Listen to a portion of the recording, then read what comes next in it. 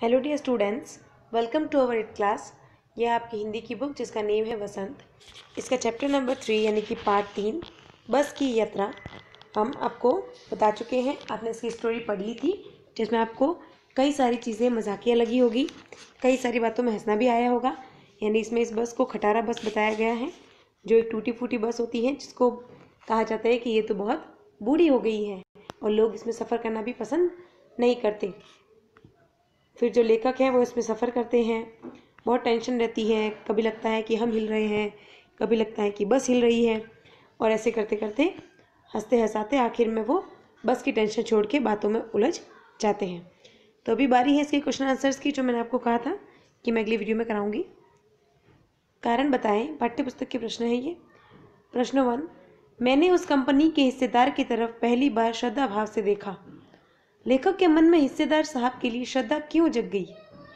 इसमें बताया है कि इस चैप्टर में एक सेंटेंस था कि मैंने उस कंपनी के हिस्सेदार की तरफ पहली बार श्रद्धा भाव से देखा था। तो लेखक के मन में हिस्सेदार साहब के लिए श्रद्धा क्यों जग गई? तो लेखक के मन में हिस्सेदार के लिए श्रद्धा इसलिए जाग गई क्योंकि बस के टायर घिसकर बिल्कुल खराब हो रहे थे। परिणाम स्वरूप पुलिया के ऊपर बस का टायर पंक्चर हो गया था, जिससे बस जोर से हिलकर रुक गई।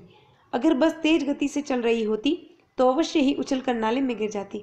इससे अन्य यात्रियों के साथ साथ उसकी जान को भी खतरा था, पर वह जान को जोखिम में डालकर यात्रा कर रहा था। जैसी उत्सर्ग की भावना उसके अंदर थी, वैसी अन्यत्र दुर्लभ थी, यानी कहीं और ऐसी मिलनी दुर्लभ थी। उसके साहस और बलिदान की भावना के हिसाब से उसे क्रांतिकारी आंदोलन का नेता होना चाहिए था। यानी उसके अंदर जो साहस था, जो बलिदान था, यानी सब कुछ जानते हुए भी वो उस बस में सफ़र कर रहा था, जो बहुत ही रिस्की थी, जो सफ़र बहुत ही जोखिम भरा था, फिर भी वो जोखिम उठाकर उसमें सवारी कर रहा था। इसीलिए बताया गया कि मुझे उनके प्रति श्रद्धाभाव जाग गया। अब था क्वेश्चन नंबर 2 देखिए। लोगों ने सलाह दी कि समझदार आदमी इस शाम वाली बस में सफ़र नहीं करते। लोगों ने यह सलाह क्यों दी?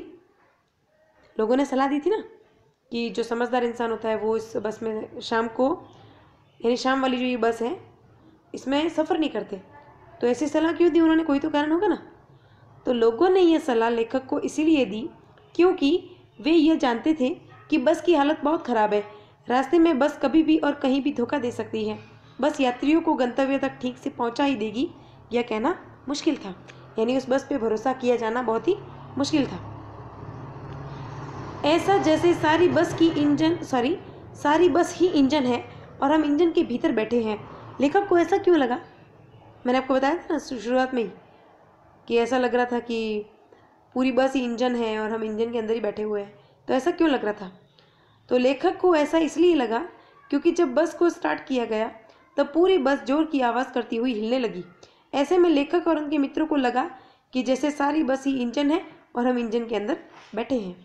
गजब हो गया, ऐसी बस अपने आप चलती है। लेखक को यह सुनकर हैरानी इसलिए हुई, ये देखिए इसमें आराम से पूरा दिया हुआ है। गजब हो गया, ऐसी बस अपने आप चलती है। लेखक को यह सुनकर हैरानी क्यों हुई? तो लेखक को यह सुनकर हैरानी इसलिए हुई कि देखने में तो बस अत्यंत पुरानी खटारा सी लग रही थी। उसे देखकर विश्वास नहीं हो पा रहा था कि यह सफ़र तय कर सकेगी। इसी कारण उसने कंपनी के हिस्सेदार से पूछा कि यह बस चलती भी है। तब उन्होंने कहा कि यह अपने आप चलती है। यही लेखक की हैरानी का कारण था। फिर एक और क्वेश्चन है इसमें, देखिए। मैं हर पेड़ को अपना दुश्मन समझ रहा था। लेखक पेड़ों को दुश्मन क्यों समझ रहा था? तो बस की दशा ऐसी थी कि उसे ज़बरदस्ती चलाया जा रहा था। कभी भी उसकी ब्रेक फेल हो सकती थी या कोई पुर्जा खराब हो सकता था। इस भयभीत मनस्थिति में जो भी पेड़ आता उसे देखकर लेखक को डर लगता कि उसकी बस उससे टकरा जाएगी। इसीलिए लेखक पेड़ों को अपना दुश्मन समझ रहा था। ओके, तो ये जो पेज है इसका क्वेश्चन नंबर 1, 2, 3, 4 एंड 5, ये देखिए यहाँ से आपको बता दूँ मैं। ये क्वेश्चन 1, ये 1, 2, 3, 4 एंड 5, ये आपको स्क्रीनशॉट ले लेना है और इसको आराम से अपनी कॉपी में करना ही आपका आज का होमवर्क है। ओके, अगली वीडियो में आपको आगे वाला कराऊंगी और उसका रिवीजन भी कराऊंगी। Thank you.